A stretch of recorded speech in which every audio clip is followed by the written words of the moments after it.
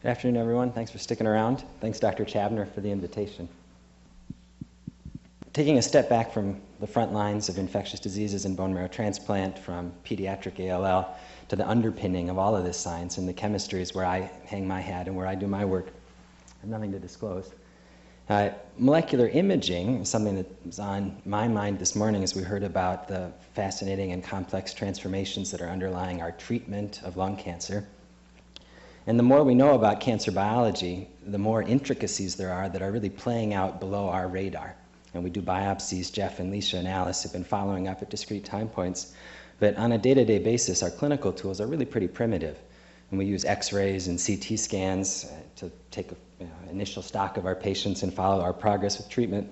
And at our best, we can go to the fourth dimension by adding in metabolism. Really, PET scans give us color in our own visual interpretation. But it's a four-dimensional scan in a way. It's not a time series, but it's an added layer about the glucose utilization in a tumor. And so you might imagine, if I can hit the laser here without hitting the back button, that the underpinnings of all the oncologic signaling, the chromatin remodeling, the immunobiology, are all happening on a day-to-day basis. And we might learn a tremendous amount if we had better tools for seeing them happen, not just snapshots at the time of relapse, not just wondering how the cocktail of therapy that we were inventing this morning for lung cancer is playing out, but actually tuning it in real time. So all of that's impossible right now because molecular imaging is really hard. And so I could give an hour-long talk on why it's difficult to develop probes that have contrast, that have signal, that have specific targeting of the pathology that you can see on the outside of the body that work in a human, not a mouse. And superficial versus deep detection, as an example, macroscopic versus microscopic scale. How many positrons do you really need, and how small an object can you see them when they're coming from a CT scan representation of a body? Background is really a simpler thing to imagine than all of the physics of these other topics that I'm glossing over, which is basically that our probes, at their best, accumulate where we want them to, but to a lesser degree everywhere else. And so we've seen PET scans in a variety of clinical series today, and they all have a lovely pinkish sunset glow with a brighter yellow spot superimposed on it. And so pushing the boundaries of molecular imaging, we need to get rid of the sunset glow so we can see tinier yellow spots. We need to get rid of the background in order to be able to see or to imagine, since this is a prospective methodology development, kind of a chemistry talk. In order to be able to imagine that smaller scale, the sunset has to go away. And so here are those PET scan images I've just been describing. And here's a big lung tumor, which we can pick out right next to the heart. The heart's brighter than the tumor. And wouldn't it be great if PET scan were really only the beginning? So in order to do that, we can't do it right now with the drugs we have, with the proteins we have, with the antibodies we have. But there's some hope, and I'm going to tell you about my own daydreaming in this regard today, that some of the novel chemical tools, the click chemistry that got apostrophes in the title of my talk, could be used at a beginning step in devising nanomachinery that can go into a living organism and specifically isolate an underlying biological process of interest to transplant, to treatment, to all of these fascinating hem-onc topics. So what the devil is click chemistry? It's a field that was invented by a chemist after he won his Nobel Prize. And he said, what else am I going to do next? And his daydream was that instead of needing solvents and glassware in carefully controlled conditions, that you could sit down ab initio and design reagents that were so good that if the two pieces came together anytime, anywhere, you'd get the product you wanted. And it was widely reviled by serious chemists because that's too easy. You won't be able to make interesting molecules with such simplistic chemical concepts. But where that criticism maybe missed the mark is that you're not going to synthesize the new lead compound at Epizyme with click chemistry, but you might be able to make a toolkit that can do chemistry in spite of everything else that's happening. So you won't make the stereocenters, you won't make the exquisite SAR-defined structures for sub-nanomolar potency, but you might be able to take pieces and have them do interesting things. So I've just put together a quick schematic here. So A plus B, they should stick. And they should do it anytime, anywhere, no matter what else is around. So this chemical toolkit shouldn't care about proteins, salts, DNA, RNA, sugars. The entire biological milieu should be transparent. And you should be able to do it with these pieces attached to biomolecules. And this is really the power of the idea that I've been hypothesizing about and spending my time in the lab working on, is that if we're smart enough about what we attach these post-Nobel reagents to, we should be able to make the big things do interesting tricks for us, even if the chemistry that's at the core of the reaction is just a one-trick pony, or whatever the serious organic chemists might have described it at after the talk. So the particular click chemistry that I use, it's bioorthogonal chemistry. I'm remembering my own slides, I put this definition at the top. Bioorthogonal is another phrase that you might come across in the decade ahead, if we have any luck, is another phrase to describe click chemistry, which is to say that all of these reactions are perpendicular to the chemistry that biology uses. The reagents don't care about the biological molecules, and the biological molecules ignore the reagents, the green and the blue molecules that I labeled as A and B. So if we're going to do synthetic chemistry in living systems, take advantage of your slide, you'd want a pair that did all of this really effectively. You'd want it to be able to work at the nanomolar concentrations. You'd want it to be able to function without catalysts. We can't deliver copper or palladium or microwaves, any kind of chemical tools into a living organism or into a living cell. And so it should happen quickly. It should happen in all these technical ways with minimal intervention. And so tetrazine and TCO, so if you hear me say TZ or TZ, TCO, that's the pair that I've been working with in the Weiss-Later lab here in systems biology. So tetrazine is a really cool molecule, and my mentor calls these spring-loaded weapons. That's his synopsis for how these work. And I'll gloss over all of the fascinating chemical physics of why it happens and just stick to the basics, which are that this is the tetrazine in the box, and that we've got a handle on it that we can use to attach to fluorescent tags, to nanoparticles, to other drugs, to radio labels. And so it really is the delivery vehicle that that initial hemispherical cartoon might have indicated. And its partner, TCO, is an 8-membered ring that's been wrapped in a corset. The bond is kinked. It puts all this spring-loaded strain into the ring. And that's the easiest way to just analogize the magic trick of what makes this particular pair so effective at finding each other and reacting so spectacularly quickly and with facility. And so TCO also has a handle on it. We can attach it to DNA, RNA, nanoparticles, you name it. And this is a 2-scale drawing of what a TCO tag looks like on an antibody. And so again, this is all schematic background for you, but a TCO tag is tiny relative to the scale of a biomolecule. And the two things I wanted to point out here is that you can imagine that this is a relatively small footprint. The tag needs to be as small as or smaller than whatever it is you're using it to label. And that this is color-coded in yellow to show all of the lysines that are on this particular antibody crystal structure. So there are tons of them. And so because it's so tiny, you can imagine that there's an inherent amplification capability here, that we could put lots of these tiny tags onto something like an antibody and amplify the signal. So think about the way we do that traditionally in primary antibodies, secondary antibodies. Here there's a chemical amplification strategy.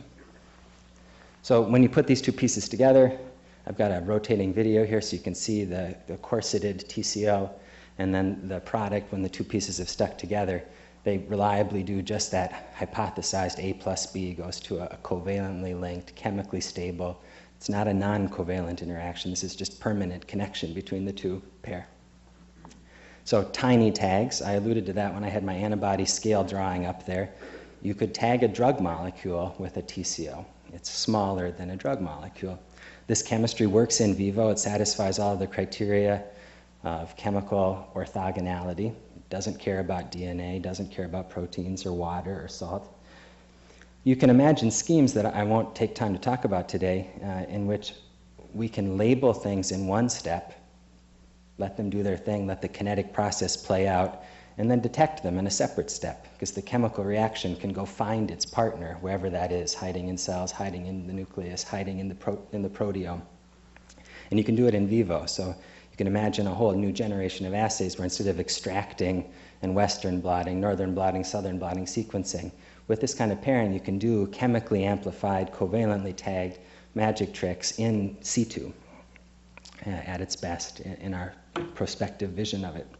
And coming back to molecular imaging, you can imagine that if you have the right scheme, you can use this to reduce background signal. You can let clearance processes play out and then detect the result. You can, and I'll go into this more as we go forward. So background signal, which I started with, is that sunset analogy in the PET scan, is this quintessential challenge in molecular imaging. So starting the story of the work that happened in the lab upstairs here on the 5th floor, It was noted a couple years ago by one of my predecessors that fluorescent molecules can be quenched. They can be turned off so that they don't emit light anymore by attaching tetrazine to it. And you'll see that I've color-coded tetrazine here. It's blue through all these slides. And so if you just tag a fluorophore, which is I've given the ghostly white color here with the tetrazine, an energy transfer process, the physics of which I'll gloss over, makes that molecule non-fluorescent. And happily, if you take away the tetrazine by reacting it with TCO, which it's so eager to do, the fluorophore becomes fluorescent again. And so this is a signal amplification strategy, a fluorogenic process or fluorogenic ligand, where we've taken advantage of the tetrazine's reactivity and we've given a visual readout or a fluorescent readout to it.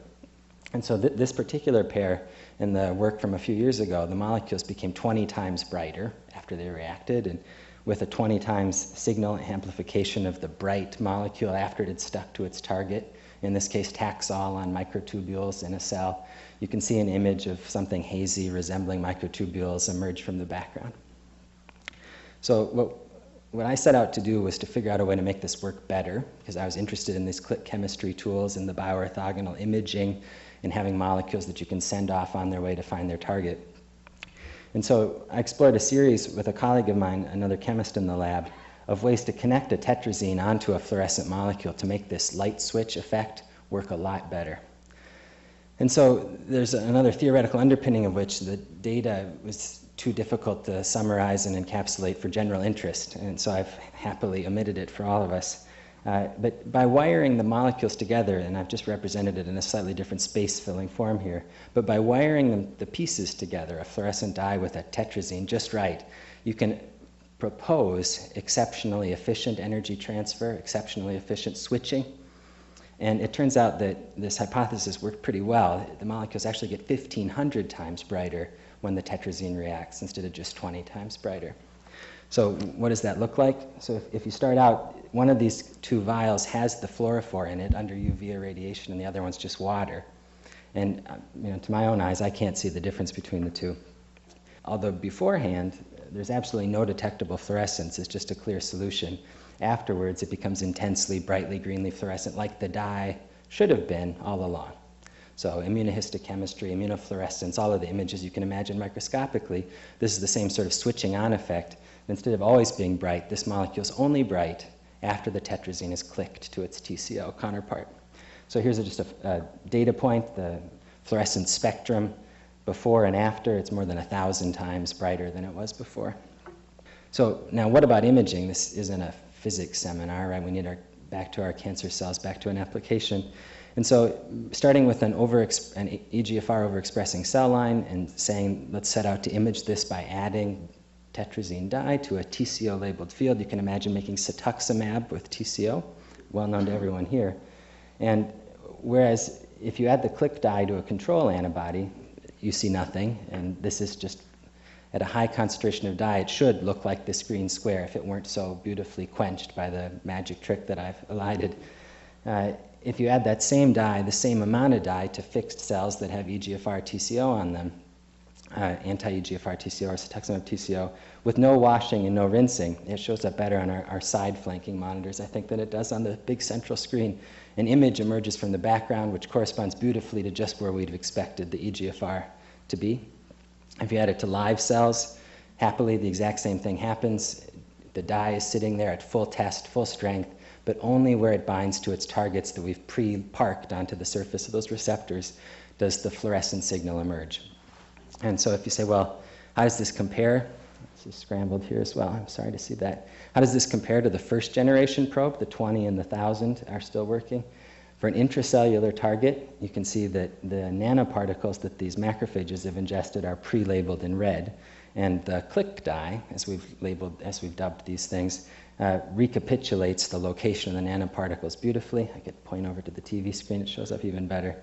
And the traditional first generation molecule does the same thing, but with this very high background that would prevent you from doing any subtle oncobiology analyses. And if you merge those two images, you can see a beautiful yellow image showing the co-registration that the dye has found the TCO target where we've left it. So you can look at other things. You can look at actin, labeled with probes that have like phalloidin TCO, a small molecule that binds to actin and adding the dye out of the darkness. Once again, a specific high signal-to-noise ratio image emerges. You can zoom in further and you can see the subcellular structure of those filaments. Again, no washing, no rinsing. And I might have pointed out that labeling things in vivo, of course, we can't wash them, we can't rinse them, we can't do the pathology labs, rigorous 2 to 4 hour washing steps that they do for every IHC that they report back to us on our biopsies. And so this kind of a labeling routine, although complicated in construction, opens the doorway to imagination about how you can deploy these same chemical tools in model organisms and living cells, and eventually, as the stars align and as technology marches onward, possibly in people. So intravitally, I've lost track of exactly how much time I have, but you can deploy these same tools into a mouse. And in the lab before I started, there have been a whole host of tetrazine TCO experiments done for in vivo diagnostics analytics. And so here in the pre-ejection state, we can see that a mouse that's been injected with cetuximab TCO, looking at a window chamber tumor model.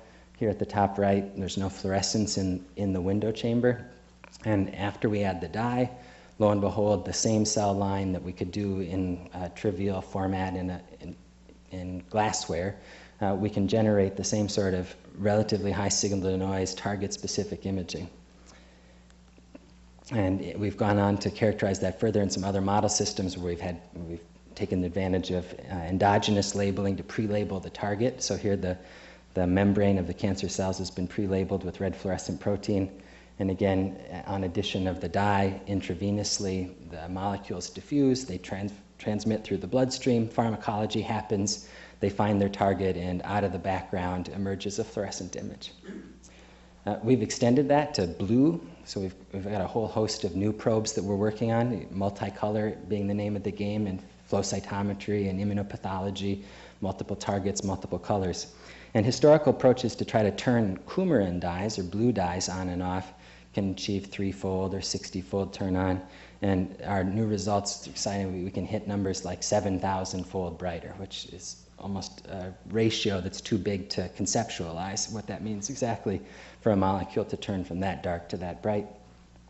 And we've shown that these new blue probes can be used to generate the same sorts of click images that we've done with the green dyes that we started this off on. So going forward, I've told you a little bit about the concept of click chemistry, bioorthogonal chemistry, and this particular pair, tetrazine and TCO, that works so well to pull off the original vision of anytime, anywhere reactivity. And obviously this fluorogenic molecule that we've discovered and spent a lot of time working out the chemistry and the photophysics of suggests to us some applications for cancer imaging, for molecular imaging, as I've introduced in just our simple demonstration proof of concept experiments. So we're working actively on taking this methodology and turning it into a well-honed data set and well-honed set of tools. I've talked about how this can be used for small molecule labeling, and a proof of concept with an antibody is just the beginning. So irreversible EGFR inhibitors, we can attach TCO. BTK inhibitors, attach TCO. And in this two-step labeling system, you can imagine deploying these molecules into a whole host of biological contexts. And mouse models will be the next step as these projects continue to succeed with a bit of good fortune. So we're working in the lab, my colleagues and I, on a whole host of projects that apply this molecular pair of tetrazine and TCO, and click chemistry, I think, is increasingly capable and likely to rear its head in oncology going forward, which is part of the rationale I had for introducing you to a bit of it. So we're working on second-generation dyes that are brighter in vivo and in the aqueous systems than what we've started with. We're working on super-resolution imaging and on tools to actually do serious biology that would be useful for the click chemistry as a probe of biomolecular interactions in situ, not just labeling experiments with dark to bright. So thanks to everyone, and I'm happy to take any questions. On one of your first, you had two proteins, or A and B. They were, one had your two small molecules, and then they clicked together. Has that been implemented to visualize molecular interactions between proteins, or could there be some problems with steric relationships where the proteins had to come together in the right way to allow those two molecules to click. Yeah. Other work in the field has shown unnatural amino acid applications with these, where model organisms can synthesize proteins that have specifically incorporated tags at the right places. So when George Church finishes editing the genome for everyone to be able to do this with greater facility, you can totally imagine encoding proteins for 2 hybrid assays, 3 hybrid assays with a covalent readout like this. Or even having the organism incorporate just one of the tags and then using biomolecular or bivalent tetrazine chemistry to tie them together with a staple, so to speak. Bruce? Is it possible, Jonathan, to imagine just giving the antibody first, letting it wash out from every place but where it's, tight binding, and then giving a ligand with a radio labeled or radionuclide on it? Yeah, absolutely. One of the challenges. Yep, absolutely. So FDG is tricky to work with because it has to be imaged quickly, and antibodies and FDG don't mix well for just that reason. So one of the applications that we can certainly imagine is the 2-step approach of a slow phase of targeting and a second phase of readout or therapeutic delivery. That's a click chemistry application waiting to happen. Have you done any in vivo studies, or is that mostly in vitro so far? So we've done the mouse imaging experiments where the two-step labeling process works in the window chamber models of human tumor cells implanted into the mice. We haven't yet done imaging of endogenous mouse targets, for example, but I think that's just around the corner. And it would actually make for a better system than the somewhat labor-intensive process of implanting the hardware and waiting for the human cells to grow, to actually look at the mouse biology for Okay, thank you very much.